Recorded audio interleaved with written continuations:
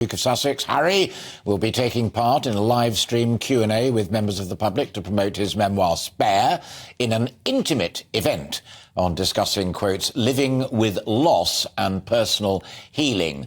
Joining in that discussion is Dr. Gabor Mate, who is a Holocaust survivor and trauma expert. And the Daily Mail is not alone in putting the boot into him today. He defended Corbyn, Hamas terrorists.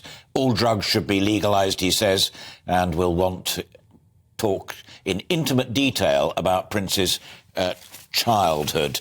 It's another example of Harry not getting good advice or getting good advice and ignoring it. Yes, I think you do have to question perhaps why this particular guy, Gabor Mate, who is a trauma expert, was chosen by the Sussex team and Penguin Random House to do this Q&A with the Duke of Sussex.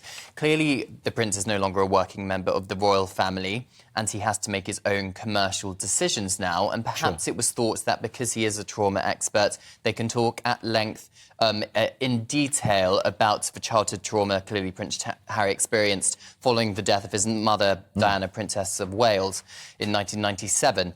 However, the timing of this live stream, which is happening at 5 p.m. UK time today... 17 quid a head and you get a copy of the book. Yes, the dream. I was just underlining your brilliant use of the word commercial a little earlier. Yeah. Yes, indeed.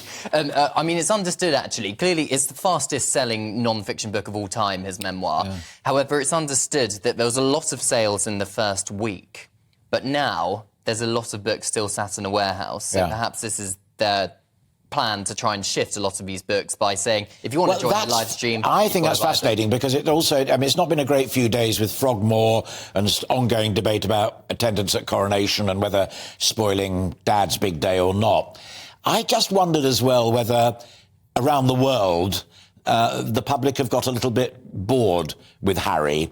And the other thing that makes it particularly difficult for him is that the Prince and Princess of Wales are playing an absolute blinder at the moment on early years education, on hospices and what have you. And Camilla, Queen Camilla, is also playing an absolute blinder with poetry, child literacy, the 500-word competition that the BBC are running to get youngsters writing and what have you. I mean, he's really up against a sterling performance from other members of the royal family now. Oh, absolutely. And a lot of people ask me in my job, why do we still give so much airtime to the Duke of Sussex? And the fundamental point here, Alistair, is he is still, like it or hate it, he is still fifth in line to the throne. He is still a councillor of state who could potentially be asked to deputise for the king if he is ill or going abroad, as the king is going abroad, of course, later this month for his first state visit. And he's still the king's son. So, like him or loathe him, there's still perhaps a national and public interest in Prince Harry, Duke of Sussex. You're right, of course. Working members of the royal family have been doing sterling work, and we do give that a lot of airtime as well. But the timing is significant, as you mentioned, of course, that a spokesperson for the Sussexes confirmed to me this week that Prince Harry and Meghan have been asked to vacate Frogmore cottage, we think around the time of the coronation. So the big question is Prince Harry going to address this in his live stream a little bit later on today? Because they have earned a great deal of money, or whether they've earned it or not. But anyway, they've made a great deal of money, and they spent a lot on the refurbishment of Frogmore, didn't they? Yeah, they did. £2.4 million. For initially, the taxpayers' money was spent refurbishing Frogmore Cottage. Then when Harry and Meghan stood back as working members of the royal family, they agreed to pay that money back to the taxpayer. But now that they have been essentially kicked out, it was a Crown estate decision who owns Frogmore Cottage, but it would have had to have been sanctioned by the king.